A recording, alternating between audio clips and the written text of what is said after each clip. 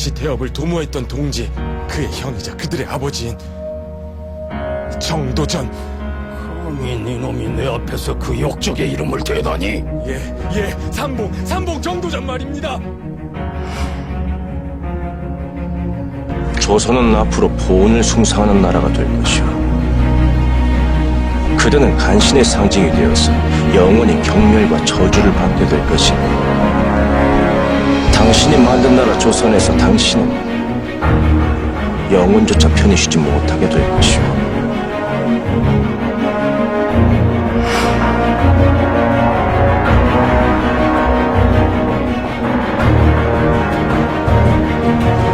정말이지. 최선을 다했는데.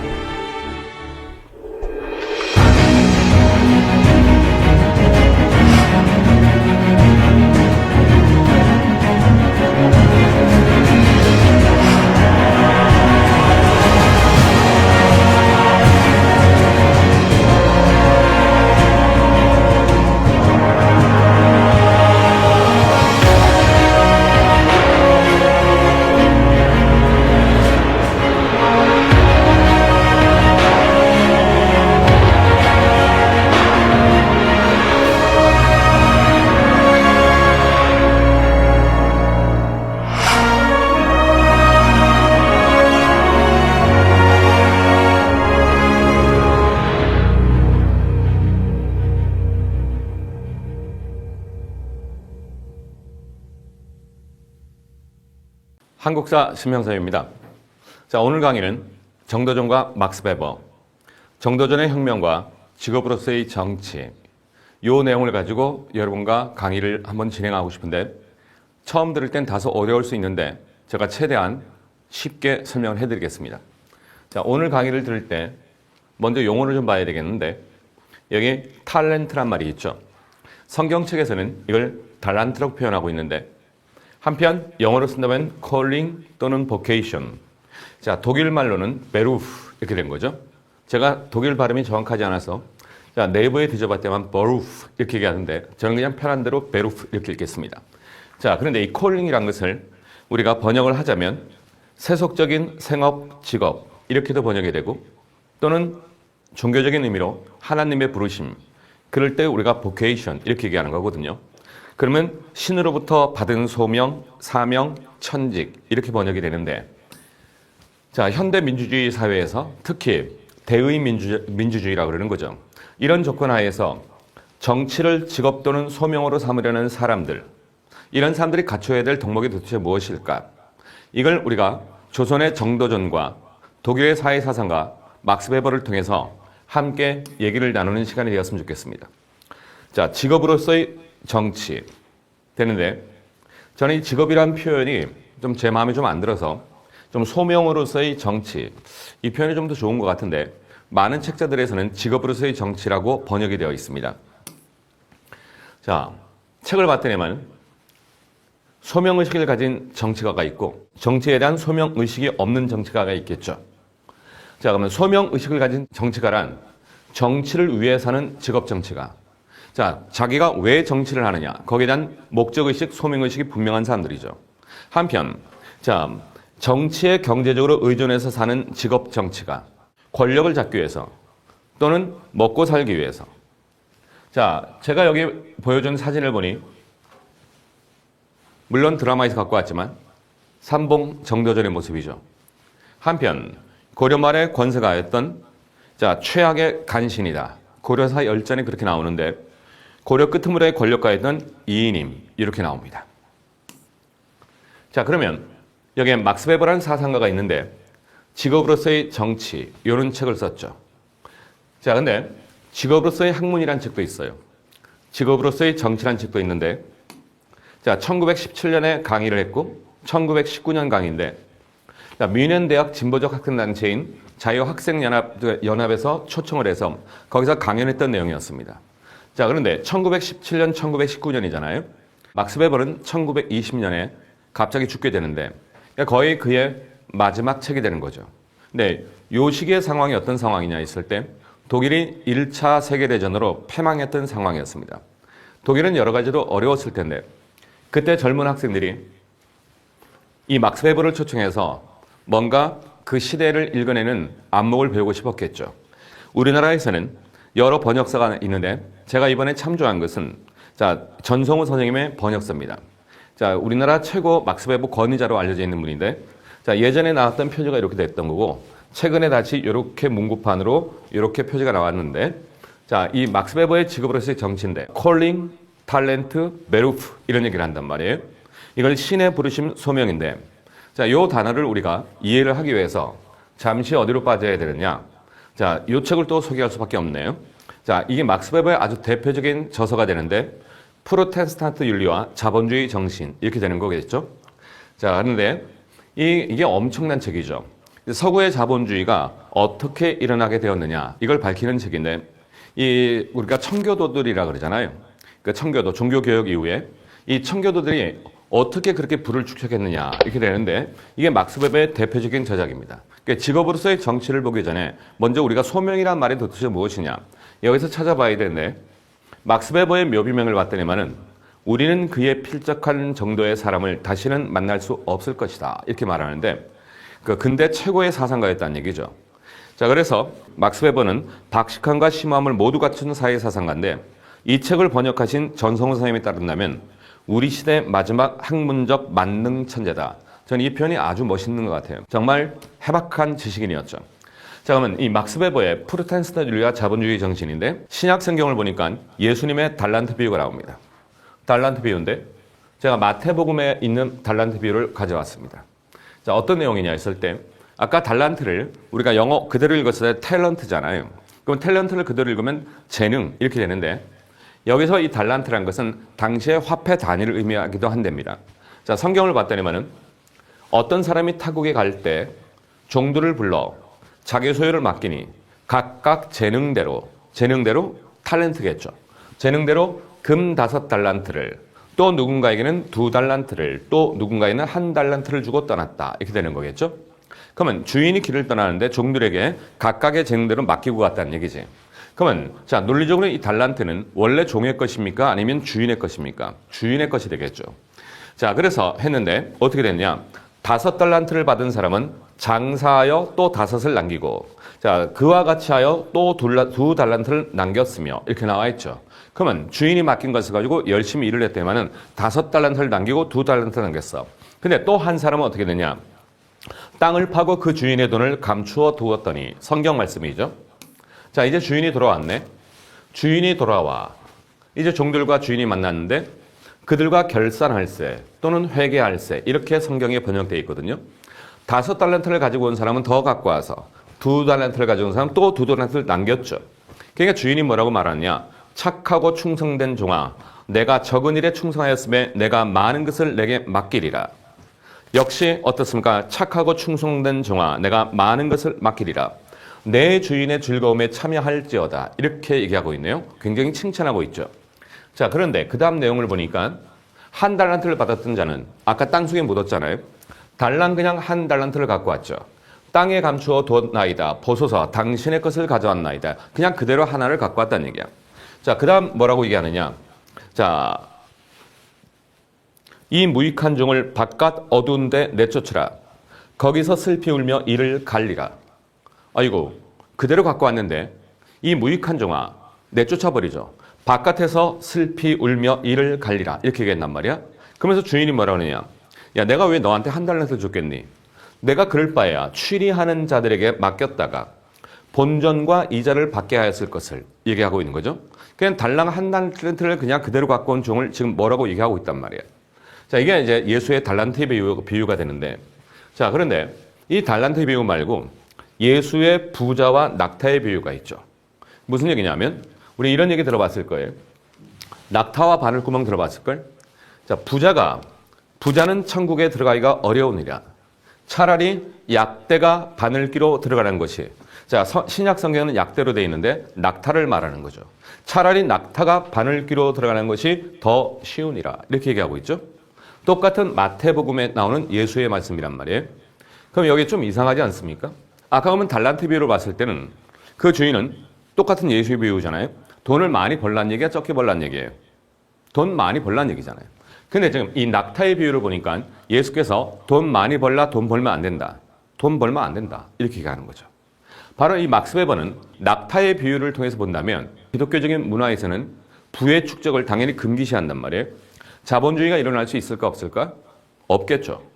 자, 그런데 어떻게 이 서구 문화에서 그 엄청난 자본주의가 일어나게 되었느냐? 이게 막스 베버의 문제의식이었단 말이에요. 근데 막스 베버가 주목했던 것이 바로 달란트 비유가 되는 거죠. 그러면 그 청교도들은 뭐에서 가졌느냐? 바로 이 달란트 비유인데, 그러면 달란트 비유에 따른다면 그 청교도들이 그 부르주아란 직업을 가지고 자본가란 직업을 가지고 이윤 추구, 즉 돈을 버는 거죠. 이 돈을 번다는 것은 이것은 뭐냐면 신으로부터 부여받은 사명이었다. 소명이었다. 이렇게 했던 것이었죠. 그러면 신으로부터 부여받은 소명, 사명이었기 때문에 그 신으로부터 부여받은 달란트를 가지고 돈을 벌었는데 이 돈은 궁극적으로 자기 것이 되는 겁니까? 아니면 신의 것이 되는 겁니까? 신의 것이 되는 거죠. 그러면 신의 것이 되기 때문에 그 돈을 자신의 사리 사욕을 위해서 함부로 쓰면 돼요? 안 돼요? 안 되겠죠. 그죠? 그러면 당연히 언젠가 주인이 돌아왔을 때 더 많은 것을 주인에게 남겨주고 그 주인은 착하고 신실한 종아 내가 너희와 함께 잔치를 베풀이라. 이게 축복을 받기 위해서는 그 부르주아들은 철저한 금검 절약을 통해서 바로 금욕주의를 바탕으로 해서 열심히 이윤을 추구했다는 얘기죠. 그러면 이러한 문화적 전통이 서구 유럽 사회에서 자본주의를 크게 일으켰다라고 얘기하는 겁니다. 이게 막스 베버가 프로테스탄 윤리와 자본주의 정신에서 청교도들의 직업 윤리라고 설명하고 있는 거겠죠.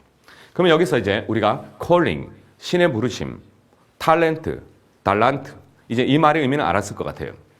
자, 그럼 이렇게 놓고 봤을 때 그러면 직업으로서의 정치는 도대체 무엇이냐? 저는 아까 직업으로서의 정치를 소명으로서의 정치 이렇게도 얘기했는데, 자, 소명의식이 없는 정치가와 소명의식을 가진 정치가 이렇게 되어 있죠. 정치를 위해 헌신하는 직업 정치가 있는가 하면 이건 소명의식을 바탕으로 해서 헌신하는 직업 정치가를 말하겠죠. 반면에 정치에 의존해서 권력 자체만을 탐하는 거겠죠. 또는 먹고 살기 위해서 하는 직업 정치가가 있다는 얘기예요. 막스 베버가 이 두 개의 부류의 이제 정치가를 이제 구분하고 있는 겁니다. 자, 그렇다면 우리 역사에서 이제 현대사에서 많은 대통령들이 지나갔죠. 자, 혼자서 여러 번 했던 대통령도 있고 박정희 대통령 5대, 6대, 7대, 8대, 9대 많이 하셨네. 전두환 2번 했습니다. 잠깐 하고 헌법을 바꿔서 들어왔고 이제 나머지 대통령은 전부 다 한 번씩 했네요. 그러니까 지금 우리가 20대 대통령까지 왔단 말이에요. 여기에 소명의식을 갖고 일했던 진정한 정치가 또는 권력만 탐했던 권력 정치가 각자의 주관적인 가치 기준과 판단에 따라서 분류하는 것은 서로 다를 겁니다. 근데 막스 베버의 직업으로서의 정치란 책에서는 진정한 정치가는 세 가지가 필요하다는 얘기죠. 뭐냐면 신념윤리, 책임윤리, 그리고 균형감각. 자, 우리가 책을 읽지 않은 상태에서 어렵게 생각하지 말고 뭔가 신념이 있어야 되겠다 이런 뜻이겠죠. 그리고 정치가로서 책임이 있어야 된다 이런 말이 될 것이고 그 다음에 뭐에 대한 균형감각이 있어야 되느냐 이런 뜻이 되겠죠. 그렇다면 이 막스 베버는 이 직업으로서의 정치란 책에서 세 가지를 강조하고 있는데 이게 번역본이다 보니까 어떤 책에서는 이 신념윤리를 심정윤리 이렇게도 번역합니다.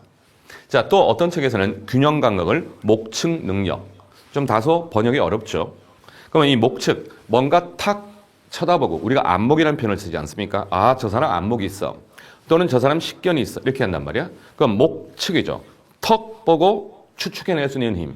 이걸 목측 능력이다. 이렇게 얘기합니다. 심정윤리. 심정적으로 난 이걸 하고 싶어. 이건 그런 거야. 이걸 판단할 수 있는 걸 말하는 거 아니겠습니까?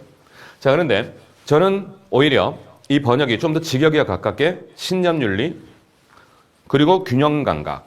이 번역이 전성우 선생님 번역이 저한테는 조금 더 마음에 와닿았어요. 자, 그러면 여기서 이제 우리 역사 속에서 가장 이 정치의 소명의식을 가진 사람이 누가 있었느냐? 저는 누가 뭐래도 삼봉 정도전이 가장 탁월하다고 생각합니다. 자, 여기서 정도전을 소개하고 싶은데 역시 자, 정도전이죠.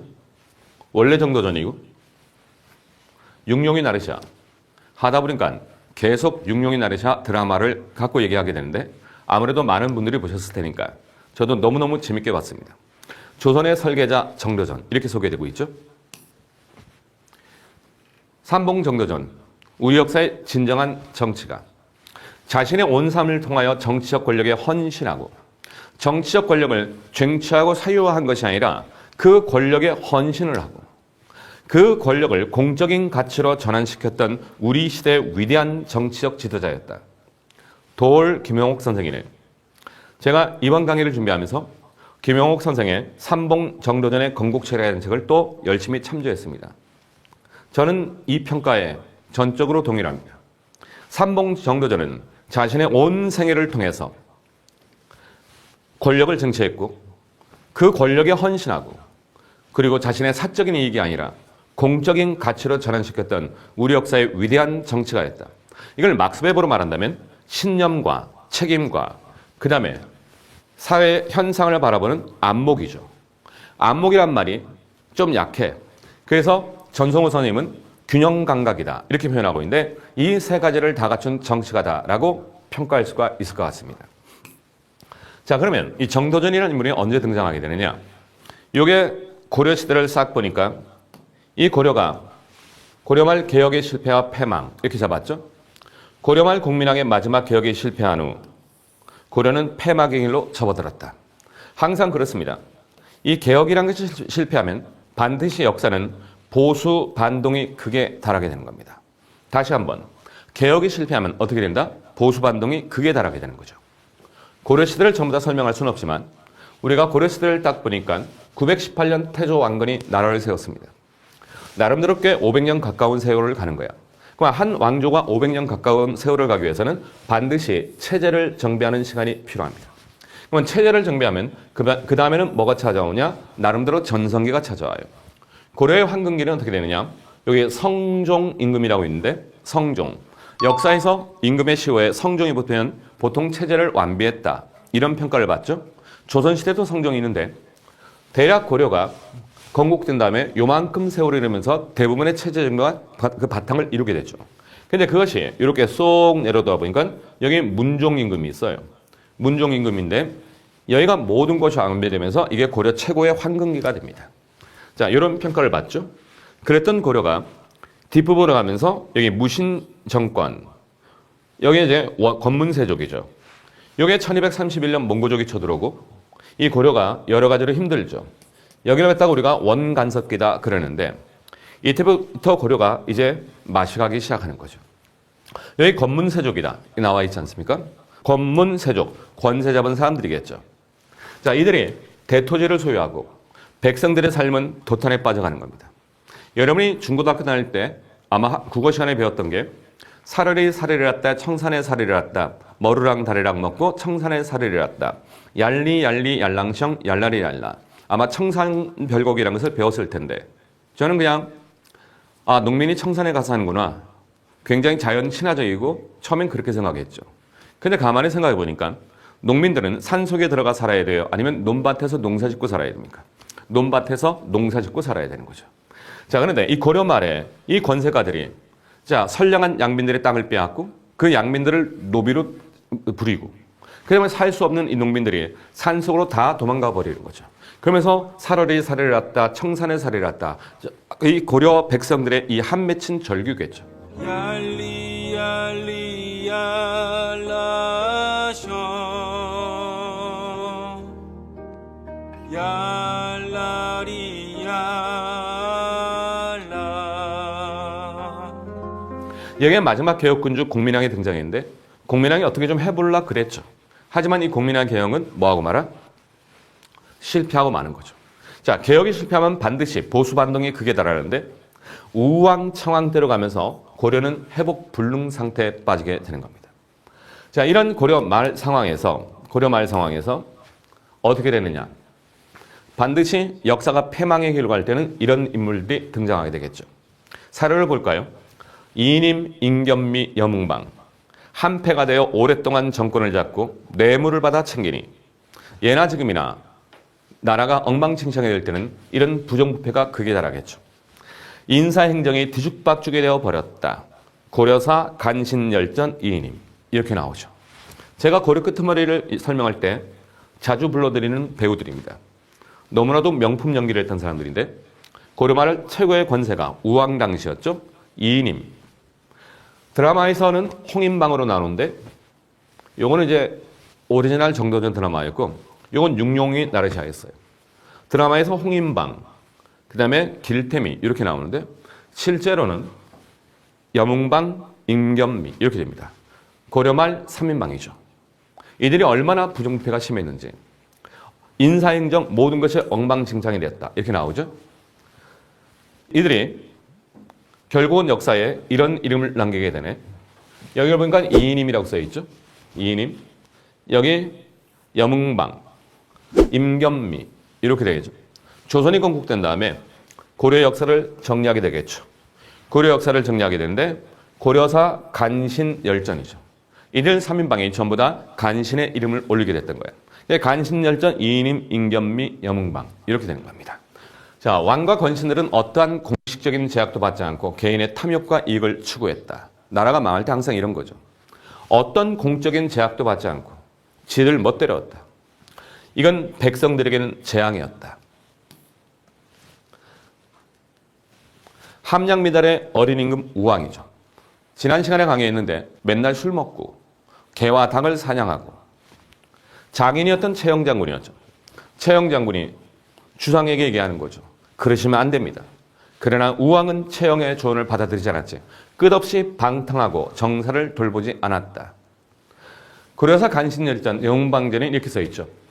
우왕이 정무를 돌보지 않자 정부에는 관심 없다는 얘기죠. 개 잡고 닭 잡고 술 먹냐면 관심이 있어. 동생 염정수, 우연보 등등 국가 업무를 모조리 맡아 구두로 결제하고 공식적인 라인이 전부 다 깨진 거죠. 심지어는 왕에게 보고조차 하지 않고, 그러니까 왕에게 보고조차 하지 않으니 이것들이 뭘 하는지 알 수가 없는 상황이 벌어진 거죠. 자, 결국은 소수의 특권 집단을 위해 국가의 모든 공권력이 악용되고 폭정과 혼란의 시대가 열렸고 백성들은 토지를 빼앗기고 외구와 홍건적들이 난리 나는데 이런 권세가들은 자신의 재산을 늘리기에 바빴다. 고려사의 상황이죠. 자, 그래도 어떤 인물이 등장하느냐? 제가 흐릿하게 표현했는데 젊은 정도전입니다. 김영민 배우죠. 아까 홍인방으로 표현됐는데 실제 인물은 영웅방이죠. 자, 그런 상황에서 그래도 고려를 개혁하고자 신념으로 가득 찼던 이들이 있었다. 젊은 시절에는 누구나 신념이 있죠. 이걸 아까 막스 베버는 어떻게 표현했다고 그랬습니까? 심정윤리 또는 신념윤리라고 얘기했던 것이었죠. 자, 신념에 가득 찬 사람들이 있었습니다. 고려가 이래서는 안 된다. 이들을 갖다가 우리가 신진사대부란 표현을 쓰는데 신진사대부 이런 표현 들어봤죠? 신진사대부. 자, 신진이라는 말은 말 그대로 새롭게 진출했다. 고려 끄트머리에 권문 세족들이 있었단 말이에요. 근래와 달리 이들은 선비사가 되겠죠. 선비로서 열심히 글 공부한 거죠. 열심히 글 공부하고 자기 수양을 다한 거예요. 자기 수양을 다하고 그리고 과거 시험을 통해서 대거 중앙으로 뭐 하게 될까요? 진출하게 되는 거죠. 국민왕의 개혁이 실패했지만 국민왕은 이런 사람들한테 새로운 길을 열어줬던 것이었죠. 그리고 이들은 고려를 개혁하고자 하는 신념으로 가득 차 있었던 것이었습니다. 자, 그런데 여기에 영웅방, 고려 후기 문신 이렇게 소개하고 있죠. 과거의 장국제 때입니다. 대단히 뛰어난 인물이었죠. 당시 성리학을 공부했단 말이에요. 학문에 뛰어났고 개혁을 주장했습니다. 근데 이렇게 개혁을 주장하던 젊은 영웅방은 이렇게 관원들에게 끌려나가고 있는 거겠죠. 끌려나가면서도 자신의 신념을 버리지 않습니다. 그리고 외치는 거죠. 뭔가 멋있는 말을 외치는 것 같아요.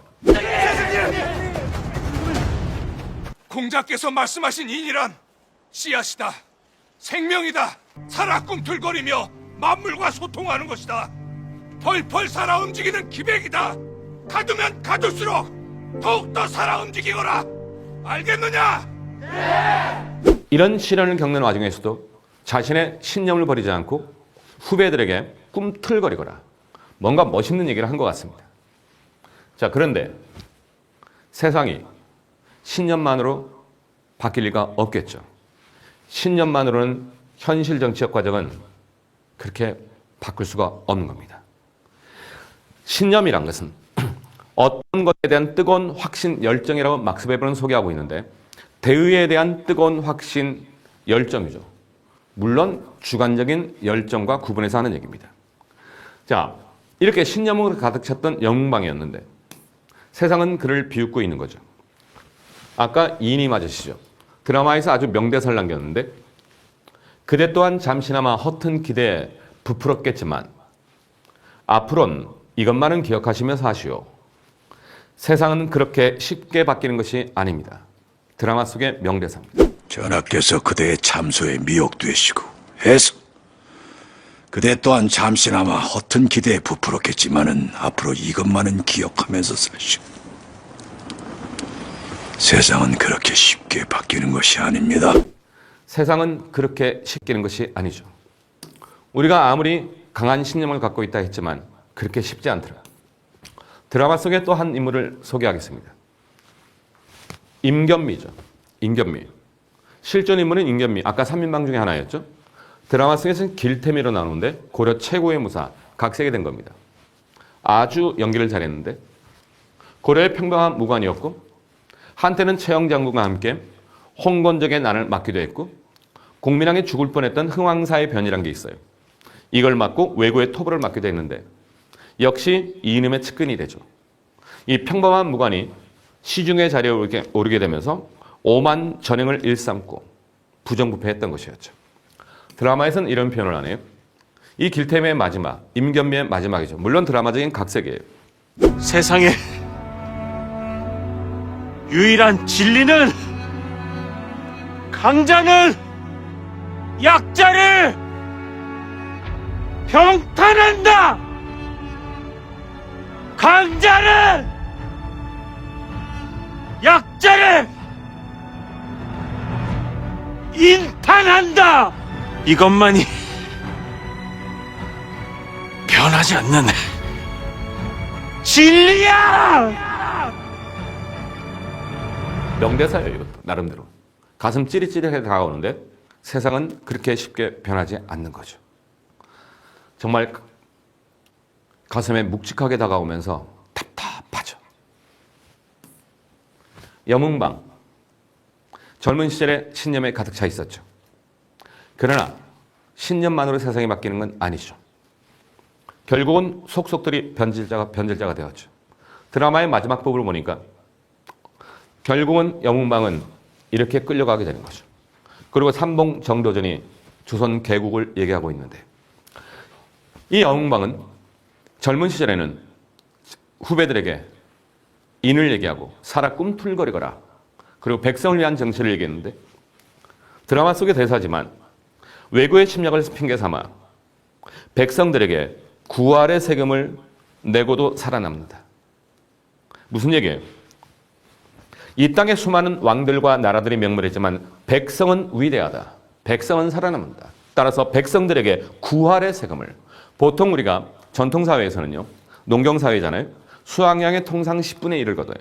수확량의 10분의 1을 나라 세금으로 걷고 나머지는 백성들이 먹고 사는데 이건 메탈을 걷겠다는 거야. 구할을 걷겠다는 거죠. 완전히 변절돼 버렸죠. 왜냐하면 그 신념이 너무나도 허망한 거죠. 그 신념의 토대가 됐던 것이. 결국은 이인임에게 미움을 사 유배를 당한 이후 변절했는데 고려사 간신열전에는 강탈하지 않은 땅이 없었다. 이렇게 되는 거겠죠. 가슴 아픈 사람이죠.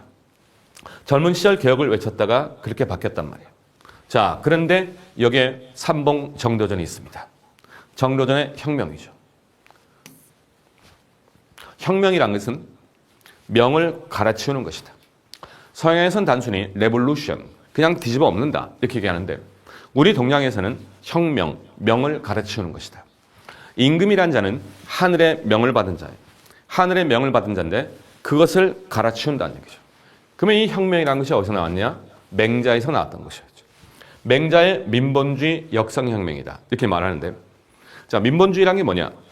백성이 가장 귀하고 국가가 그 다음이며 이렇게도 표현됩니다. 백성이 가장 귀하고 종묘와 사직이 그 다음이며 군주는 가벼운 존재다. 그러면 이 말 그대로 본다면 백성이 가장 귀하고 국가는 그 다음이며 군주는 새털처럼 가벼운 존재다라는 얘기죠. 이게 맹자의 민본주의 사상이란 말이에요. 이 대목에서 잠깐 우리가 서양의 사회계약설로 갑시다. 사회계약설. 우리가 서양의 이제 민주주의라는 걸 얘기하는 거죠. 민주주의. 서양의 민주주의를 얘기하면서 근대 사회에서 사회계약설이 나왔다 그러는데 이 사회계약설이란 말을 이걸 살짝 풀어보면 말 그대로 그냥 풀어보세요. 자, 사회가 있는데 사회는 어떻게 됐다는 거죠? 사회는 계약에서 만들어졌다. 이런 말이 되는 거죠. 그러면 이 사회인데 이 사회는 뭘 말하느냐? 국가, 정부를 말하는 거죠. 그럼 누가 계약했느냐 했을 때 자연 상태의 사람들이 people이죠. people인데 이걸 그대로 직역하면 인민이 되는 거죠. 그럼 사람들이 합의와 동의와 약속에 의해서 국가, 정부, 사회를 만들었다. 그럼 왜 만들었냐? 자연 상태 천부의 권리를 누리는 사람들이 우리의 권리를 좀 더 잘 지켜줘 해서 국가, 정부, 사회를 만들었다는 말이 되는 거죠. 그러면 순전히 말의 논리적인 순서를 따른다면 국가, 정부가 먼저였다는 얘기입니까? 아니면 사람이 먼저였다는 얘기입니까? 당연히 사람이 먼저 있었다는 얘기죠. 사람이 먼저 있었고 국가, 정부는 누굴 위해서? 사람을 위해서 존재해야 된다는 얘기죠. 그래서 우리가 링컨 대통령의 유명한 연설문이 있지 않습니까? 자, 에이브라함 링컨, 미국의 링컨 대통령. 이 링컨 대통령이 게티스버그 연설문에서 어떻게 얘기했느냐? 자, of the people, by the people, for the people. 이렇게 얘기를 했죠. 이걸 그대로 직역을 하면 of the people, 인민의, by the people, 인민에 의한, for the people, 인민을 위한 정치다. 이렇게 링컨 대통령은 민주주의를 정의했습니다. 근데 이게 북한에서 인민이란 말을 워낙 많이 쓰다 보니까 우리 남쪽에서는 인민이란 말을 잘 안 써요. 그러니까 그런 말들이 좀 있지 않습니까? 그러다 보니까 사실은 직역을 하면 인민이란 표현이 훨씬 맞아요. 또는 좀 더 부드럽게 얘기하면 사람에 의한, 사람을 위한 정치 이렇게 되는데 우리나라에서는 그냥 국민에 의한, 국민을 위한 정치라는 얘기죠. 이게 서양 근대 사상이란 말이에요. 자, 그런데 그러면 당연히 이 순서대로 본다면 사람이 먼저였는데 국가, 정부가 사람을 위하지 않고 인민을 억압한다면 이건 애초에 계약, 약속을 뭐 한 거죠? 위반한 것이 된 거죠. 여기에서 뭐가 나오느냐? 여기에서 서구의 저항권 사상이라는 게 나오는 거죠. 저항권 사상이 나오면서 그 프랑스 대혁명이 일어나게 되는 거죠. 그럼 이 저항권 사상에 기반해서 그 민중혁명을 갖다가 당시에 정당화시켰던 것이었죠. 그런데 우리는 이미 맹자에 뭐가 있었냐? 민본주의 사상이 있었습니다. 그러면 서구의 사회계약설이 사람이 먼저고 그 다음에 국가, 정부가 그 다음이다. 맹자는 어떻게 얘기하고 있습니까? 백성이 가장 귀하고 국가가 그 다음이며 군주는 가벼운 존재다. 따라서 이 군주는 누굴 위해야 된다는 얘기죠? 당연히 백성을 위해야 된다는 얘기죠. 근데 그 군주가 백성을 위하지 않는다면 이건 군주답지 못하다. 이건 군주답지 못한 거기 때문에 이건 평범한 범부에 불과하다. 이건 하늘의 뜻이 떠났다. 따라서 이런 놈은 엎어야 된다. 이게 어떻습니까? 군주도 바꿔야 된다. 맹자의 역성혁명 사상이죠. 무시무시한 얘기죠. 당연히 맹자의 이런 사상은 당시 중국 여러 왕들의 이게 인기가 좋았겠어요? 안 좋았겠어요? 좋았을 리가 없겠죠.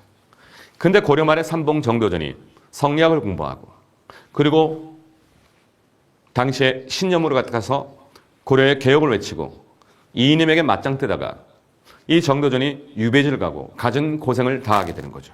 근데 이 정도전의 가슴에 탁 와닿았던 것이 이게 바로 맹자의 역성혁명 사상이죠. 민본주의 역성혁명이다. 이렇게 나오게 되는데 자, 그렇다면 자, 이 정도전은 어떻게 됐냐? 정도전은 고려 말에 야, 세상은 이렇게 바뀌는 게 아니겠구나. 처절하게 인식했던 것이었죠. 혁명을 기획했고 그리고 그 혁명을 성취하고 달성했죠.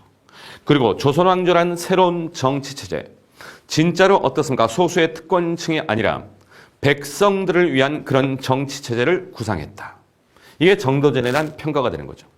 이걸 막스 베버의 직업으로의 윤리, 거기에 맞춰본다면 자, 삼봉 정도전은 신념을 가졌고 그 신념을 실현시킬 만한 안목, 균형 감각을 가졌고 그리고 그가 권력을 행사하는데 책임의식 또한 있었다. 물론 막스 베버의 직업으로서의 정치에서 이런 책임윤리, 균형 감각, 신념윤리가 그렇게 쉬운 표현은 아닙니다. 오늘 강의를 계속하면서 이 내용을 얘기할 텐데, 자, 그럼 보세요. 베버의 글을 봤다면 이런 표현이 있네. 막스 베버의 원문에 정치란 열정과 균형감각 둘 다를 가지고 단단한 널빤지를 강하게 그리고 서서히 뚫는 작업이다. 막스 베버의 글을 제가 학교 다닐 때 읽었을 때, 와, 글 되게 멋있다 라고 생각했어요. 굉장히 멋있다는 생각을 들면서 막스 베버에 빠져드는데 정작 말은 이해 못했습니다. 자, 지금 보니까 열정과 균형 감각이죠. 아, 계속 반복돼서 나오네요. 자, 그러면 정치가에게 필요한 게 뭐였어요? 신념이 있어야 되죠. 물론 신념은 사람마다 다 다를 수 있고 자기가 지향하는 가치마다 다를 수 있지만 하여튼 열정이 있어야 되는 가장 기본적인 조건이죠. 자, 균형 감각이라고 그랬죠. 세상을 바라보는 안목식견, 지금은 그냥 안목식견 이 정도로 봅시다. 단단한 널빤지를 강하고 그리고 서서히 뚫는 작업이다. 도대체 이 말이 무엇이냐? 그럼 이 책의 번역자인 전성호 선생님의 말씀을 들어본다면 널빤지란 온갖 종류의 복잡다기한 이해관계와 가치관이 되어킨 현실이다. 여러분, 우리의 현실 세계는 정말로 복잡해요, 안 복잡해요? 복잡합니다. 그렇게 쉽게 바뀌지 않는 거죠. 아까 봤던 고려 말의 영웅왕. 영웅왕도 젊은 시절에는 개혁하고자 하는 신념이 있었나 없었나? 있었다. 근데 이인임의 대사가 뭐였습니까? 세상은 그렇게 쉽게 바뀌는 것이 아니라네. 길태미의 대사가 뭐였습니까? 자, 세상은 천년 만년 동안 강한 자가 약자를 지배하는 것이 진리야 라고 외쳤던 것이었죠. 현실이라는 것은 그렇게 쉬운 것이 아닙니다. 자, 한편으로 현실은 엄혹한 권력 투쟁의 장이면서 다른 한편으로는 궁극적 가치 내지 신념의 투쟁의 장이다. 이렇게 나와 있죠. 어렵게 생각할 거 없습니다. 어렵게 생각할 거고 지금 우리 대한민국의 현실을 보자고요. 대한민국의 현실을 보면 누군가는 촛불을 들고 거리에 나가죠. 근데 누군가는 태극기를 들고 거리에 나간단 말이에요. 됐어요? 다들 신념으로 가득 차 있습니까? 안 차 있습니까? 다들 신념으로 가득 차 있고 다들 대한민국이 잘 되기를 간절히 원한단 말이에요. 자, 근데 그렇게 신념으로 가득 차 있는데 그러나 그런 가치나 이런 신념이 서로 투쟁을 벌이고 있다는 거죠. 현실은 그렇게 쉽지 않다는 얘기죠. 자, 전성호 선생님 말씀에 따른다면 널빤지의 구멍을 뚫겠다는 열정이 우선 정치가에게는 있어야 된다. 열정이 있어야지만 정치할 자격이 있다는 얘기죠. 그러나 이 복잡한 현실을 갖다가 단칼에 즉 자신의 신념만이 옳다는 독선으로 뚫어버리겠다 한다면 그 사람은 널빤지 자체를 깨어버릴 위험을 안고 있는 사람이다. 그런 사람에게 우리는 정치를 맡겨서는 안 된다. 아, 굉장히 중요한 얘기네요. 여러분, 정치가에게는 신념이 있어야 돼요. 누구나 그걸 얘기한단 말이에요. 근데 신념만은 안 된다는 얘기죠. 근데 그 신념이 잘못됐을 때 그게 우리가 독선이라고 얘기하는 거죠. 그리고 그 신념으로 밀어붙여버리는 거야. 단칼에 뚫어버리겠다. 그러면 널빤지 자체를, 현실 자체를 깨어버릴 위험을 안고 있는 사람이다. 굉장히 비유적인 말이지만 우리는 현실에서 그런 정치인들을 우리는 자주 볼 수 있을 겁니다. 자, 계속 글을 읽어보면 전성호 선생님은 강하게 널빤지를 뚫어야 된다. 일단 열정이 있어야 된다는 얘기죠. 그리고 서서히라는 것은 자신의 그 행위에 대해서 그게 어떤 결과를 가져올지 균형 감각을 가지고 책임 의식을 가지고 작업을 수행해야 된다. 이렇게 표현하고 있죠. 글이 어렵죠? 계속 반복합시다. 막스 베버는 이런 얘기하죠. 신념 윤리에 머물러서는 안 된다. 반드시 책임 윤리적 자질을 갖춰야 된다. 이것을 함께 준수할 수 있는 사람들이 정치에 대한 소명을 가져야 된다고 할 수 있다. 말이 어려워요. 신념이란 것은 때로는 지나치게 주관적일 수 있습니다. 그러나 주관이 아니라 대의에 대한, 지금으로 하면 공적 가치에 대한 뜨거운 확신과 열정이라고 했을 때, 근데 이런 정치가들이 자신의 주관적인 신념에 빠졌을 때, 이때 막스 베버는 이걸 어떻게 표현하느냐? 신념 윤리가 이렇게 표현하죠. 또 다른 책에서는 심정 윤리가 이렇게 번역하겠죠. 자신의 신명의 실현이 가져다 줄 수 있는 결과들은 도외시한 채 그 이념의 실현 그 자체만 집착하는 사람, 이런 사람에게는 절대 정치를 맡겨서는 안 된다는 얘기죠. 자, 계속 얘기하고 싶지만 좀 말을 아끼겠습니다. 막스 베버는 또한 뭐가 있어야 되냐? 책임 의식이 있어야 된다. 여기서 좀 더 전문적인 얘기가 나오는데, 아까 얘기했을 때는 책임 의식 그냥 막연하게 들었을 거예요. 막스 베버의 직업 윤리에서 얘기했을 때는 어떤 표현을 쓰느냐? 이런 표현을 쓰네요. 합법적 폭력의 행사권이란 수단 때문에 이렇게 나와 있죠. 어려운 얘기 아니에요. 막스 베버는 근대 국가의 특징을 어떻게 얘기했냐? 폭력의 행사권. 오늘날 현대 국가는 건 뭡니까? 국가가 독점적으로 폭력권을 행사하는 거죠. 사회 전체의 질서를 위해서 국가가 경찰력을 동원하고 등등 하지 않습니까? 이걸 우리가 국가에 위임한 거죠. 그러면 우리가 정치 지도자라는 것은 국민에게 위임받은 그 폭력의 행사권이라는 것을 그걸 공정하게 쓸 수 있는 눈이 있어야 되는 거예요. 그럼 자기가 그런 강제력을 행사했을 때 그 강제력에 미치는 영향이 무엇이냐? 여기에 대한 책임 의식이 있어야 된다는 얘기죠. 그러면 이 책임 의식이란 두 번째 자질로 통제되고 조절되지 않으면 지극히 위험하고 파괴적일 수 있다. 심정 윤리와 달리 책임 윤리가는 자신 행동의 예견 가능한 결과에 대해 책임을 져야 한다는 원칙에 따라 행동하는 사람이다. 막스 베버는 이렇게 설명하고 있습니다. 대략 무슨 얘기인지 아시겠습니까? 좀 더 예를 들어볼까요? 현실에 와닿는 얘기. 그렇잖아요. 정치인이 자신의 신념으로 가득 찼어. 근데 안목이 없어. 그 신념이란 건 주관적인 것이 아니라 대의에 대한 뜨거운 확신과 열정이라니까요. 그런데 빵을 사 먹겠다는 거야. 극장에 가서 팝콘을 먹겠다는 거예요. 근데 여러분 봐.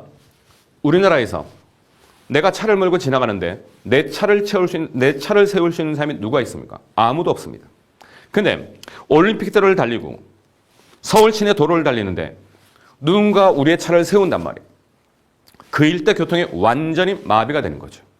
정치인은 자신의 그런 폭력적, 이게 전부 다 국가의 강제력 아니겠어요?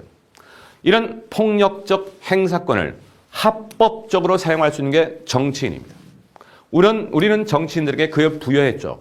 근데 뭡니까? 합법적 폭력의 행사권이라는 것을 자신이 빵 사 먹으러 준 건 아니잖아요. 극장 갔을 때 팝콘 먹으라고 준 건 아니잖아. 자기가 빵을 먹고 극장 가서 팝콘을 먹고 있을 때 그 일대가 엉망진창이 된 거 왜 생각을 못하냐 이거야. 그러면 책임윤리라는 것은 자신의 그러한 행동이 예견 가능한 결과에 대해 책임을 져야 한다는 원칙에 따라 행동하는 거. 이게 책임윤리란 얘기죠. 그렇잖아요. 반포에서 출근을 한단 말이야. 출근할 때 모든 길을 통제하고 용산까지 8분 만에 도착했다. 이따위가 우리나라 언론인데 그 출근하는 길에 매일매일같이 국가 강제력을 동원해서 통제한단 말이야. 거기에서 미치는 영향이 뭐냐? 거기에 무슨 예견 가능한 일을 했냐 이거죠. 이 책임윤리란 건 그런 얘기죠. 따라서 막스 베버는 뭐가 필요하냐? 균형 감각이 필요하다 이거. 책임 의식을 단련하기 위해 필요한 것은 안목식견인데 이 안목식견이라는 말보다 훨씬 더 번역을 다르게 하면 균형 감각. 그런 균형 감각이라는 것은 내적 집중과 평정 속에 현실을 관조할 수 있는 능력. 내적 집중과 평정 속에 현실을 관조할 수 있는 능력. 사물과 사람에 대해 거리를 둘 수 있는 능력. 거리감의 상실은 그것 자체로 정치가의 가장 큰 죄 가운데 하나다. 막스 베버는 어떻게 얘기하고 있습니까? 이런 균형 감각의 상실, 그리고 책임의식이 사라지는 거예요. 그런 거리감의 상실은 정치가의 가장 큰 죄 가운데 하나다. 진정한 정치가 삼봉 정도전. 정도전은 이런 현실을 냉철하게 바라봤던 것이었죠. 현실을 냉철하게 바라보면서 민본주의 정치를 실현해야 된다라는 신념을 바탕으로 그리고 위임받은 공권력을 공공의 가치를 위해서 사용하고 그러한 시스템을 만들어야 된다라는 나름대로의 균형감각. 정도전은 그의 온 삶을 통해서 조선 왕조를 세우려고 애썼던 것이었죠. 자, 그래서 조선 왕조의 청사진이었다. 역시 김용옥 선생은 정도전을 이렇게 평가합니다. 자, 그렇다면 우리 역사에서 이런 분들이 있었습니다. 그러면 이 우리 현대사에서 누가 진정한 정치가였느냐? 누가 신념과 책임의식을 가지고 균형 감각을 가지고 다소의 차이는 있겠지만 물론 주관적인 평가는 다 다를 겁니다. 어떤 이들은 이런 표현을 했습니다. 나도 나의 어린 시절처럼 약한 자를 돕겠다. 약한 자를 돕겠다는 신념이 있었죠. 그리고 그 약한 자를 돕기 위해서 정치인이 되고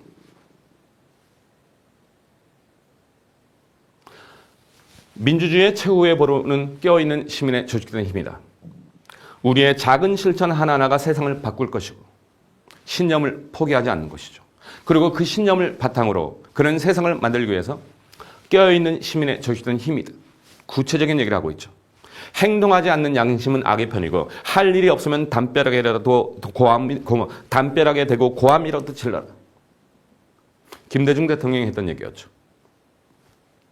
저는 한 번도 우리 국민들의 집단지성을 불신해 본 일이 없다. 볼까요? 어떤 양반이 이런 얘기를 하고 있죠. 여러분 이거 다 거짓말인 거 아시죠? 나는 도덕적으로 가장 완벽한 대통령이다. 우리 집안의 가문이 정직이다. 법치가 무너지고 있다. 도곡동 땅이 어떻다고요? BBK가 어떻다고요? 새빨간 거짓말입니다. 여러분 저희 집 가훈은 정직입니다. 나는 도덕적으로 가장 완벽한 대통령이었다. 근데 지금 어떻게 됐죠? 전형적인 권력 정치가죠. 공적인 가치를 위해서 헌신했던 것이 아니라 자신의 사적인 이익을 위해서. 자, 근데 그런 정치가를 권력 정치가라고 그래요. 근데 심지어 아마추어도 있죠. 아마추어. 신념이 있는지 무신념, 무책임, 무감각 견딜 수가 없습니다. 대통령 처음이라 잘 모르겠고 방법을 알려달라. 출근하는 길에 기자들이 질문을 던졌더니만 대통령 처음 해봐서 잘 모르겠다. 방법을 알려달라. 제가 대통령 처음 해보는 것이기 때문에 공식, 비공식 이런 걸 어떻게 나눠야 될지. 대통령 시작한 지 얼마 안 돼서 국민 여러분들의 여론을 물어가면서 물어보겠다. 대통령 왜 한 거야? 누구는 여러 번 했냐고. 누군 여러 번 했냐고. 여기 박정희, 이승만 빼고 다 한 번씩 했다니까. 그러면 여러분 봐. 처음 한 아마추어를 우리가 대통령으로 만들어 놓을 수는 없잖아요. 한다는 소리가 무슨 얘기를 하고 있어? 내가 처음 해봐서 그렇다는 얘기죠. 우리 역사에서 각자 한번 표현해 보세요. 진정한 신념의 정치가 책임의식을 가지고 균형 감각을 가지고 나름대로 대한민국 사회를 이끌어 나갔던 사람. 물론 듣는 여러분들의 주관적인 가치에 따라서 이승만의, 박정희의 여기에 동그라미 치는 사람들도 있겠죠. 또 누군가는 DJ, 노무현, 문재인. 서로서로 갈려져 있죠. 각자의 몫이긴 하지만 저는 이렇게 생각합니다. 불행하게도 권력 정치가 대통령들은 사회개혁의 총체적 이념의 가치가 빈곤했다. 무슨 얘기냐? 여러분, 이승만 대통령, 저는 주관적으로 개인적으로 이렇게 생각합니다. 이승만 대통령의 시대적인 과제는 뭐였느냐? 시대적인 과제는 한국 사회가 해방 직후에 좌우로 완전히 분열되어 있었고 자칫 잘못하면 분단의 위기였죠. 분단이 돼버렸죠. 좌우가 나눠진 상태에서 우리는 해방을 맞았고 진정한 독립을 해야 되죠. 그런 가운데 민주적 가치를 실현해야 되고 민주적 가치를 실현하기 위해서 민주제도를 우리가 뭐 할 수밖에 없어? 정착했어야 되는데 그런데 이승만 대통령은 어떤 고민을 하셨습니까? 자신이 권력을 잡는 데는 성공하셨죠. 그리고 세 번째 대통령하고 네 번째 하려고 그러다가 4.19 혁명이 일어났죠. 박정희를 봅시다. 그래요. 신념에 가득 찬 지도자였고 대한민국 6.25 전쟁 이후에 그 못 살던 대한민국에서 민생고를 해결하겠다. 그러면서 반공을 국시로. 불행했던 우리의 현대사는 이 두 분의 대통령은 반공을 외쳤죠. 해방공부터 나눠졌던 이 좌우의 대립을 전혀 해결하지 못했던 것이었습니다. 이들에게는 총체적 이념의 가치가 빈곤했죠. 자, 그렇다면 이 권력 정치가 왜 문제가 되느냐? 오늘 강의는 아무래도 살짝 시간이 걸릴 것 같은데 그래도 도전합시다. 제가 이 강의를 꼭 여러분하고 하고 싶었어요.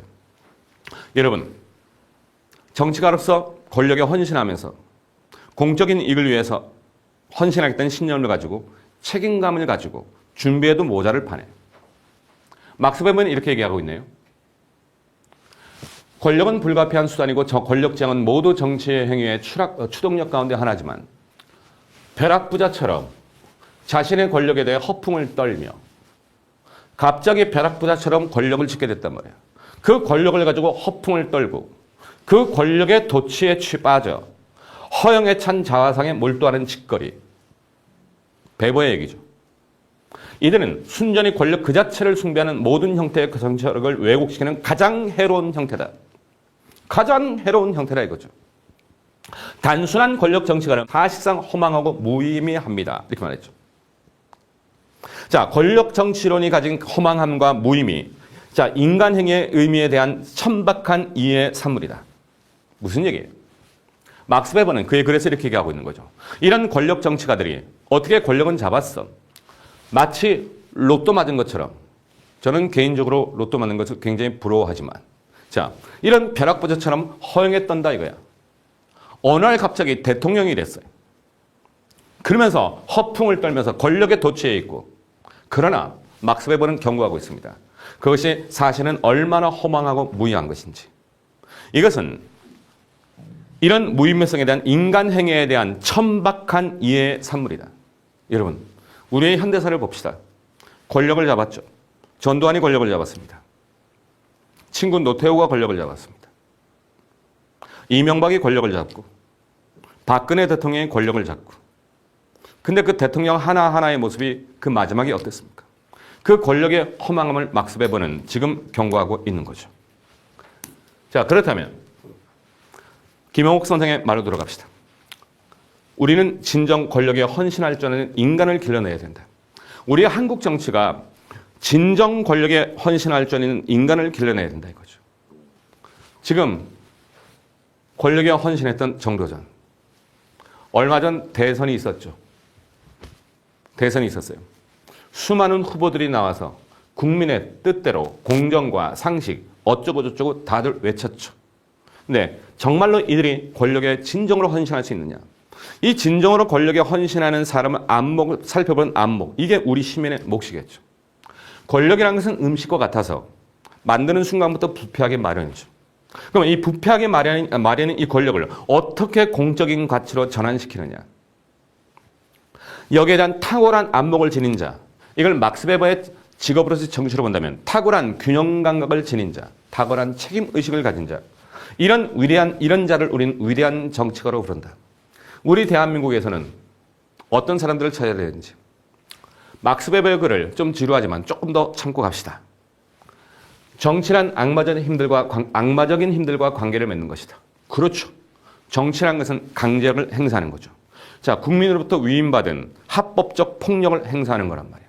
자, 따라서 어떤 종류의 인물을 정치가로 우리가 뽑아야 되느냐, 어떤 인물에게 정치를 맡겨야 되느냐, 감히 자기 손으로 역사의 수레바퀴를 움직여도 좋은가라는 문제, 정치가는 특별한 자질을 갖춰야 하는가라는 문제를 제기하지 않을 수 없다. 아무한테나 역사의 수레바퀴를 맡길 수 없다는 얘기죠.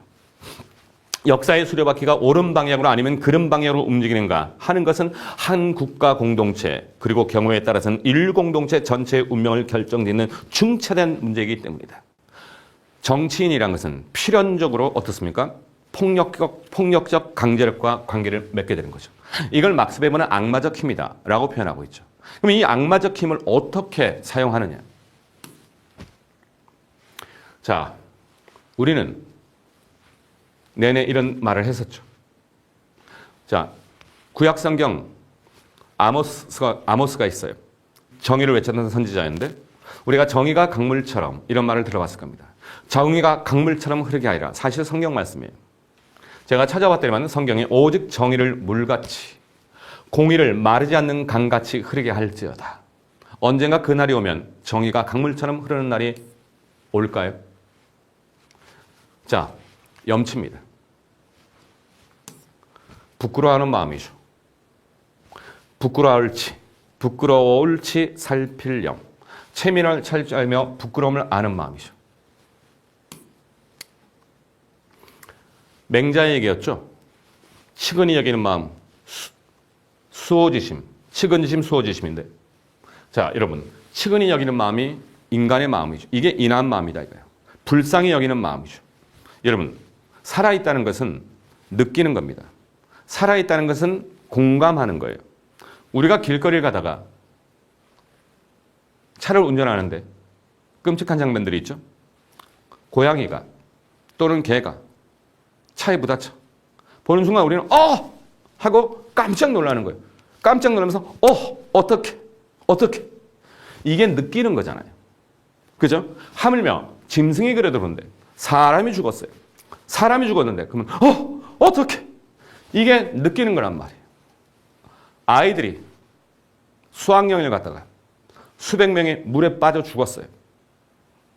어떡하냐고. 이게 느끼는 거라고요. 그렇잖아요. 그 부모의 심정을 느끼고 함께 슬퍼하는 거. 이게 사람다움이죠. 그렇잖아요. 자, 불의를 보면 부끄러워하고 분노하는 것. 이게 수호지심이죠. 이걸 맹자는 인의라고 그랬단 말이에요. 거창하게 얘기할 것 없이 염치. 좋아요. 제가 지금 막스 베버의 신념윤리, 책임윤리, 균형감각을 얘기했습니다. 자, 정치인이라면 신념, 책임, 균형감각이 있어야 되는데 좋아요. 거기까지 바라지도 않을 거예요. 제발 염치만이라도 부끄러움 때문에 부끄러운 판단이었다. 책임을 져야 한다. 죄송합니다. 몇 해 전 돌아가신 고 노회찬 의원의 유서의 내용이었습니다. 부끄러운 판단이었다. 책임을 져야 된다. 죄송합니다. 4천만 원인 걸 받았대죠. 그것도 국회의원도 아닌데 누군가가 노회찬을 이렇게 얘기했죠. 선거에서 표를 얻기 위해서 이미 고인이 된 자에게 돈 받고 스스로 목숨을 끊은 사람이다. 어떻게 이런 말을 할 수가 있는지. 정치란 건 정말로 사악한 거죠. 손석희의 앵커 브리핑을 찾아봤더니 노회찬은 돈 받고 스스로 목숨을 끊은 사람이 아니라 노회찬은 적어도 돈 받은 사실이 끝내 부끄러워 목숨마저 버린 사람이다. 그가 가졌던 염치만은 존중해야 된다. 4천만 원 때문에 그는 그 부끄러움 때문에 목숨을 던졌습니다. 그런데 5억 빌리고 50억을 받고 퇴직금만 챙긴 줄 알았는데 법카의 법인차에 50억 클락 명단, 성접대 뇌물수수 혐의, 무죄 선고, 별지죠. 술접대 현장 조사, LCT 부동산으로 1년 새 40억 차익, MB의 아바타라는 얘기를 듣고, 자, 음주운전으로 면허 취소? 이건 애교로 봐주죠. 조국 때보다 10배 이상 묵문이 심각하다. 자, 타인의 저를 무단으로 베낀 표절 전자책. 초교국분 놈. 염치가 있어야 될 거 아니에요. 그렇잖아요. 누구는 얼마 때문에 죽음으로 갔는데 그 죽음마저도 돈 받고 죽은 사람이 얘기하면서 이렇게 X도 어떻습니까? 뻔뻔하게 살아들 가죠. 어제 오늘이 얘기 아니죠. 자, 압수수색 어쩌고 저쩌고. 의혹 보도했는데 압수수색. 윤땡땡 누구는 감찰 중단 지시로 핵심 증거 인멸. 의혹을 보도한 MBC를 압수수색하고 당사자는 압수수색하는 윤땡땡 검찰. 이게 대한민국의 현실이죠. 정의가 언제 강물처럼 흐르냐 이거예요. 그까진 바라지도 않아요. 자, 염치라도 있었으면 맹자는 뭐라 그랬죠? 측은지심이 없고 수호지심이 무슨 사람 같지 않은 것들이라고. 자, 염치도 없는 것들이 판치는 세상. 여러분, 고려 말의 권근입니다. 신진사대부였던 권근. 밤이 되어도 자지 못하고 밥을 내도 탄식하며 가슴을 치며 슬픔을 금하지 못하는 바. 권근이 탄식을 하죠. 고려 말의 3인방들이 그 난리를 부렸을 때 권근은 밤이 되어도 자지 못하고 밥을 내도 탄식하며 가슴을 치며 슬픔을 금하지 못하는 바. 아마 지금 제 강의를 듣고 있는 많은 분들도 비슷한 마음일 겁니다. 텔레비는 보기도 싫고 뉴스는 더더욱 보기 싫고 그렇잖아요. 심지어는 지방선거, 선거장에도 나가기 싫고. 하기사 조선시대도 마찬가지였습니다. 자, 신윤복의 그림인데 자, 뱃놀이를 하면서 팔자 좋게 놀고 있죠, 지금. 자, 여기도 딱 보니까 부잣집 뒤에 화원 같지 않습니까? 이렇게 화단이 두 개나 이렇게 올라가 있고 요 앞에는 연꽃이 피어있는 연못이네요. 딱 봐도 와, 되게 부자다. 자, 그 다음에 요 갓을 보면 넓은 갓에 이 갓끈이 이렇게 굉장히 길지 않습니까? 이게 보석으로 장식하는 건데 아, 부자구나. 자, 그런데 이렇게 기생들하고 놀고 있는데 그래서 나름대로 뭐 팔자 좋은 그림이다. 사실은 신윤복이 여기다가 이것저것 많은 것을 숨겨놓고 있는 거죠. 신윤복 하면 어디냐면 여기가 되는 거죠. 이 영조 정조 시대인데 특히 정조 시대에 여기에 김홍도가 있었고 김홍도 풍속하죠. 그 다음에 또 누가 있었다? 신윤복 이렇게 나오지 않습니까? 자, 신윤복이 그의 그림 속에서 당시 사회상을 어떻게 숨겨놨느냐, 이걸 미술 해설가들은 어떻게 설명하느냐 이렇게 합니다. 요 본을 딱 보니까 수염이 굉장히 길죠. 그럼 수염이 긴 걸로 봤을 때 아하, 노인네구나. 그리고 딱 보니까 수염이 없네, 젊은 사람들이네. 여러분, 이 노인네와 젊은 사람들이 이런 데서 어울려 놀진 않을 거 아닙니까? 우리가 여러분 스타일로 말한다면 클럽인가요? 우리 때는 나이트 클럽, 또 더한 유흥주점들도 있죠. 갔을 때 친구들끼리 가지, 이게 노인네하고 가진 않잖아. 근데 이 노인네의 모습을 딱 보면 수염이 있고 젊은 놈들 수염이 없고, 자, 허리띠가 있는데 이 사조대라 그러죠. 근데 이게 하얀색이에요. 이 하얀색이란 것은 나이 많은 노인네가 차거나 아니면 부모님이 돌아가셨을 때 상중에 저런 하얀 띠를 찬다는 얘기죠. 뭔가 심상치 않은 상황이죠. 이 양반은 함께 어울려 놀지 않고 있죠. 접대하고 있는 겁니다. 접대하고 있는 것이고, 요 그림도 마찬가지예요. 요 그림도 지금 부잣집 뒤뜰에서 놀고 있는데, 지금 여기 요 여인이 있네. 요 여인인데 요 사각문을 쓰고 있죠. 이 조선시대 의녀입니다. 의녀는 어디 소속이냐? 궁궐 소속이에요. 궁궐 소속이지 이렇게 함부로 사가에 나오는 게 아니죠. 그러면 이 의녀를 자신의 뒷뜰에까지 데리고 올 정도였다면 이 양반은 대단한 권세가라는 얘기죠. 그러니까 신윤복은 이 그림을 통해서 당시에 이렇게 뭔가 접대하고 있는 모습을 보이고 있는 거야. 뭔가 이 노인네가 잘못한 것 같아. 아마 지금으로 말하면 검찰. 조선시대는 아마 사헌부쯤 될 겁니다. 뭔가 걸렸죠. 걸렸으니까 뒷수습하려고 지금 접대를 하고 있네. 자, 이런 일은 지금도 마찬가지죠. 검사 술접대 536만 원의 진실, 자투리 할인 매달린 피고인들, 검사 룸사롱 접대 진실 공방, 템프로 설명한 특수통 선배, 검찰의 김봉현 술자리 계산법 좀 독특해. 맞죠? 기가 막힌 얘기죠. 기가 막힌 얘기야. 술 접대를 받았는데 100만 원 이상 하면 안 되나 봐. 95만 원인가 거기에 맞췄대죠. 정말 나쁜 이들이죠. 여러분, 조선시대 가장 공부 잘한 최고의 과거 시험에서 가장 우수한 성적을 거둔 자들이 보통 사헌부, 사관원, 홍문관 간원이 돼요. 지금으로 하면 검사라니까. 대한민국에서 공부 제일 잘하는 사람들 어디 갑니까? 서울법대 가잖아요. 서울법대 가서 사법시험 합격하는 거지. 똑같아 안 똑같아? 똑같죠. 염치 없는 것들이죠. 자, 신념윤리, 책임의식, 균형감각 바라지도 않아요. 제발 뭐만 있어라? 염치라도 좀 있어라. 결국은 고려 말에 이런 3인방들, 이런 3인방 얘기 이제 그만했으면 좋겠는데. 자, 간신열전 2인임을 볼까요? 벼슬을 팔고 뇌물로 옥사를 해결해 주니 뇌물을 주어 청탁하는 자는 어진 인재가 되고 절조와 염치를 갖춘 사람은 불초한 자가 되고, 그렇잖아요. 여기 봐. 언관과 요중에는 그와 개인적인 친분을 가진 자가 포진하고, 여기서 언관이죠. 고려시대나 조선시대 언관하면요, 사헌부 사관원을 말하는 거야. 고려시대는 어사대, 낭사다라고 얘기하는 거죠. 그러니까 뇌물을 받고 옥사를 해결해주고 재판을 다 해결해주는 거지. 예나 지금이나 염치 없는 것들의 사정은 마찬가지라는 얘기죠. 자, 그러면 여기에 봤더니만은 또 이런 얘기 나오지. 모든 쟁송하는 자는 반드시 연주를 다한 후에라야 해결할 수 있었다. 우왕 14년 이렇게 나오죠. 역시 어떻습니까? 임견미전. 자, 이걸 갖다가 윤소정의 강력한 비판이죠. 다시 이인임을 탄핵하다. 윤소정은 어떻게 비판했느냐? 단순히 이것이 부정부패에 머무는 것이 아니라 그지? 고려의 가치관, 사회의 가치관 자체를 완전히 붕괴시켰다. 이러면서 어떻습니까? 탄식을 하는 거죠. 죄 지은 자는 살리고 무고한 사람은 죽였으며 무공자는 상주고 유공자는 죽였으며 이렇게 나와있죠.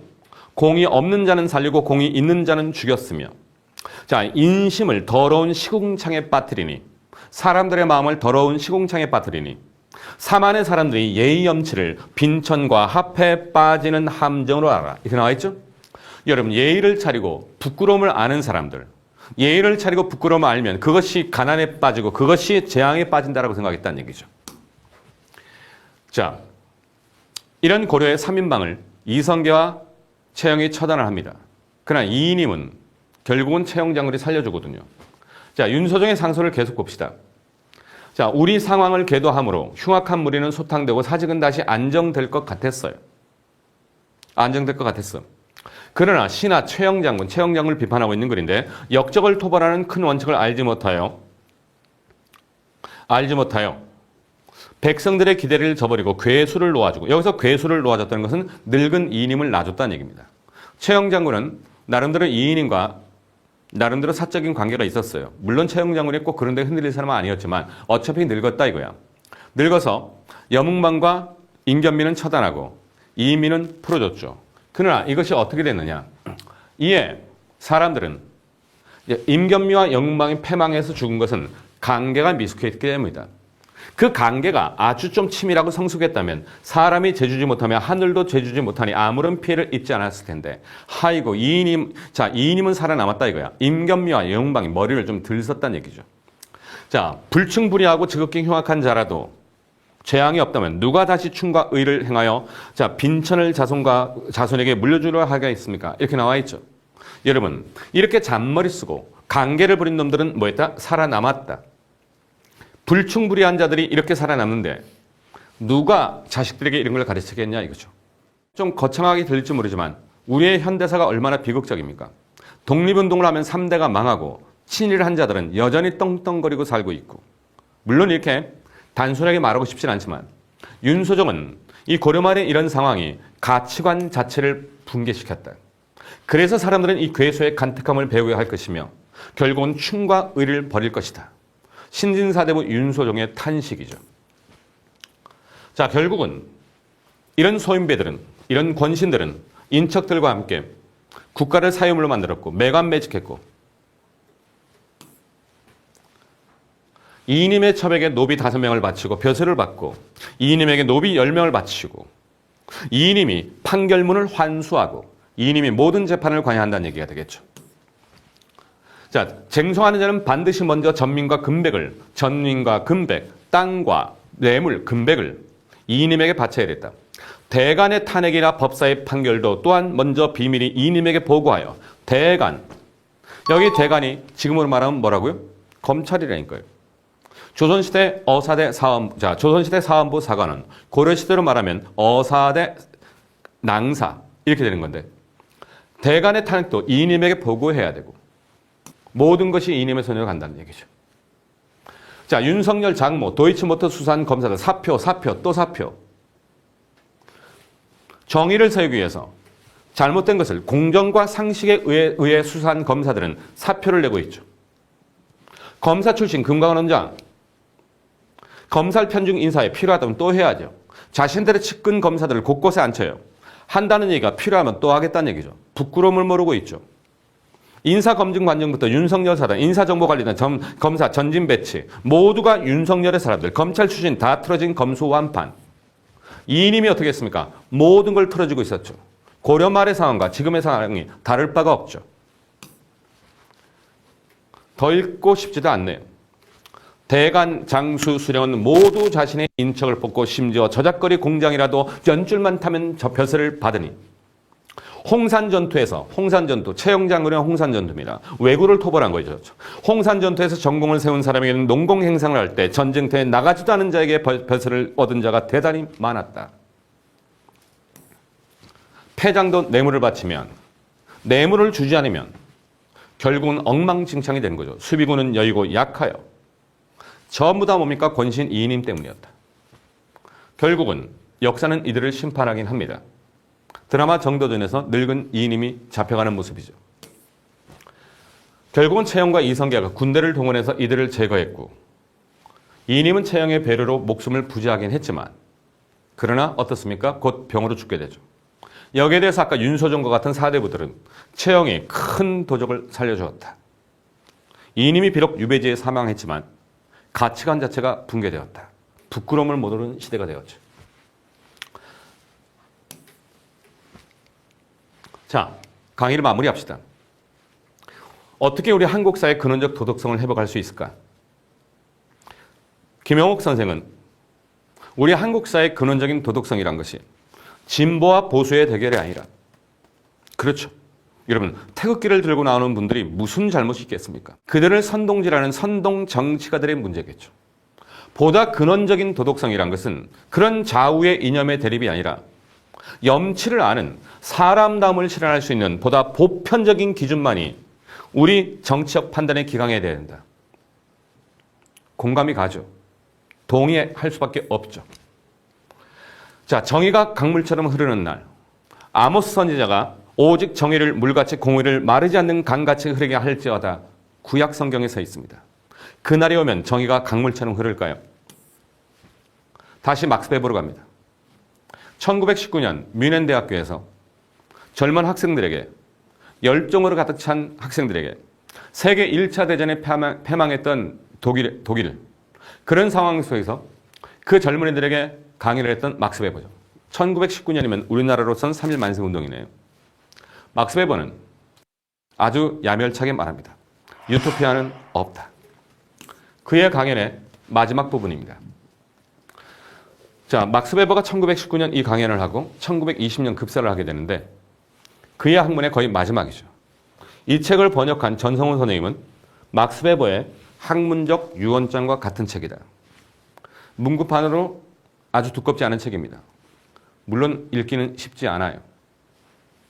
그러다 한 번쯤은 특히 정치를 한다는 자들 반드시 읽었으면 좋겠고, 정치뿐만 아니라 오늘날 나름대로 이 책이 주는 시사하는 바는 상당히 많은 것 같습니다. 저 역시 유튜브로 이렇게 강의를 하는데 이 강의를 통해서 제가 어떤 마음으로 강의를 해야 되는지, 어떤 책임 의식을 가져야 되는지, 어떤 균형감을 가져야 되는지 이 책을 읽으면서 다시 한번 제가 생각하게 되었는데, 책의 마지막입니다. 막스 베버는 유토피아는 없다. 그런데 그는 그럼에도 불구하고, 베버는 존경하는 청중 여러분, 이렇게 시작하죠. 10년 후에 이 문제에 대해서 우리 다시 한번 이야기합시다. 베버는 이렇게 얘기하는, 그때는 이미 반동의 시대가 시작하였을 거라고 우려하지 않을 수 없습니다. 비관적이네요. 1차 대전 이후에 독일의 청년들에게 희망을 주지 않고 뭔가 반동의 시대가 열린다? 바라고 희망했던 것들 중 과연 무엇이 성취되었을까요? 아무것도 성취되지 않았을 것입니다. 이 막스 베버는 굉장히 비관적으로 얘기하고 있죠. 베버의 이 비관이 맞아떨어졌는지 히틀러가 등장하죠. 히틀러, 신념에 가득 찬 모습이었죠. 이 히틀러가 독일 국민들에게, 그리고 전 세계에게, 유태인뿐만 아니라 얼마나 참담한 결과를 가져왔는지. 막스 베버는 독일의 청년들 앞에 어쩌면 반동의 시대가 시작될지도 모른다. 그러나 그럴 가능성은 매우 크다. 막스 베버는 계속 얘기하고 있죠. 하지만 이것은 나를 완전히 좌절시키지는 않을 것이다. 물론 나는 마음적으로, 내적으로 심히 부담스럽다. 지금 자신을 진정한 신념 정치가라고 느끼면 이 혁명이란 도취 상태에 동참하고 있는 자들은 과연 무엇이 되어 있을까? 여러분, 신념 정치가, 정치를 하면서 신념은 필요하죠. 신념은 필요하죠. 그러나 정치는 신념만 갖고 되지 않는다니까요. 이 신념 정치가들은 수많은 태극기 부대를, 수많은 촛불 시민들을 선동만 하고 있는 거죠. 자, 막스 베버는 계속 얘기하죠. 섹스피어를 소개하면서 그때 꽃피는 봄에 우리의 사랑은 푸르렀다. 그때 나는 그 사랑을 노래 불러 맞으려 했지. 꾀꼬리는 여름의 문턱에서 노래 부르나 계절이 물을 익음에 그 가락을 멈추더라. 막스 베버는 꽃피는 봄을 기다리고 싶었지만, 그러나 세상은 그렇게 쉬운 게 아니죠. 현실은 그렇게 쉽게 바뀌지 않죠. 여름의 만개가 아니라 어쩌면 어둠과 고난의 극지의 밤이 우리 앞에 놓여 있습니다. 우리는 대한민국이 선진국의 반열에 올라가고 정말 멋있는 대한민국이 될 것을 간절히 기대했죠. 그러나 현실이 항상 그렇게 되는 건 아니라 이거죠. 세월이 지나서 그리고 여러분들은 그때 내적으로 어떻게 되어 있을까요? 씁쓸함에 빠져 있거나 혹은 또는 속물근성에 젖어 있을까요? 아니면 담순하고 덤덤하게 감수하고 있을까요? 아니면 신비주의적인 현실 도피에 빠져들거나 어쩌고 저쩌고. 여러분, 어쩌면 우리가 젊은 시절에 신념에 가득 차서 그랬던 모습들이, 열정적이었던 모습들이 정치가였든 아니었든 다들 있었을 것입니다. 이건 정치가일 뿐만 아니라 우리 모두에게 해당하는 얘기죠. 그러나 현실은 그렇게 쉽게 바뀌지 않는다고 배번은 얘기하죠. 그리고 세월이 지나면서 어떻게 되어 있습니까? 속물근성에 빠지기도 하고 그냥 덤덤하게. 그런 사람들은 자신의 행동을 감당해낼 수 있는 능력이 없었고 그대로의 세상을 감당해낼 능력도 없었다. 이들은 정치에 대한 소명을 객관적으로 그리고 실제적으로 그의 가장 깊은 내면에 가지고 있지 않았습니다. 자, 막스 베버는 뭐라고 얘기하고 있습니다. 그들이 갖고 있었던 정치의 소명이란 것은 진정한 열정이 아니었다는 얘기죠. 가슴 깊이 가지고 있지 않았다. 이런 사람들은 정치를 해서는 안 된다는 얘기죠. 차라리 소박하고 단순하게 사람들 간의 형제애를 도모하고 있으면 더 좋았을 것을. 베버는 계속 얘기합니다. 그러나 지도자이면서 또한 매우 소박한 의미에서 영웅인 자만이 이렇게 불가능한 것을 시도할 수 있다. 베버는 희망을 마지막으로 얘기하고 있네요. 자, 어떤 얘기를 하고 있죠? 그리고 지도자도 영웅도 아닌 사람들이라 할지라도 모든 희망의 좌절조차 견뎌낼 수 있을 정도로 단단한 의지를 갖춰야 된다. 역시 베버는 의지를 얘기하고 있죠. 이런 단단한 의지는 정도전과 같은 정치 지도자뿐만 아니라 수많은 시민들이죠. 모든 것이 끝났다고 희망이 좌절되는 순간에도 그 단단한 의지를 버리지 않는 사람들. 지금 그래야 합니다. 라고 베버는 얘기하고 있습니다. 또 그 자리를 누군가 메우고 있죠. 지금 그래야 합니다. 그렇지 않으면 우리는 오늘 아직 가능한 것마저도 달성해내지 못했을 것입니다. 무슨 얘기예요? 그렇지 않으면 이거 멋있는 문장이죠. 이렇게 희망이 좌절되고 모든 것이 불가능해 보일 때 그때도 우리가 노력하고 그 의지를 버리면 안 된다는 얘기죠. 그렇지 않으면 우리는 오늘 아직 가능한 것마저도 달성하지 못했을 것입니다. 불가능해 보였죠. 그냥 현실과 타협하고 싶었겠죠. 그러나 여러분, 민주주의를 경험한 지 채 10년이 안 된 나라에서 4.19 혁명이 일어났습니다.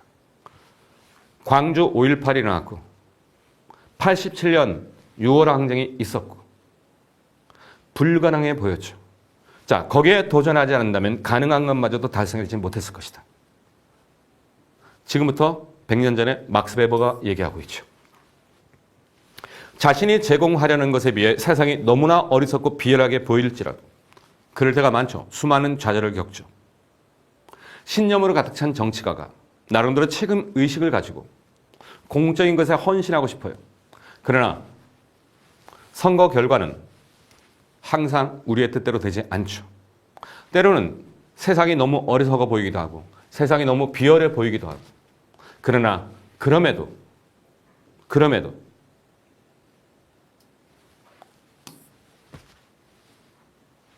매번 선거에 출마하면서 떨어졌던 양반이죠. 삼봉전고전 고려 말에 개혁을 외치다가 온갖 고초를 겪죠.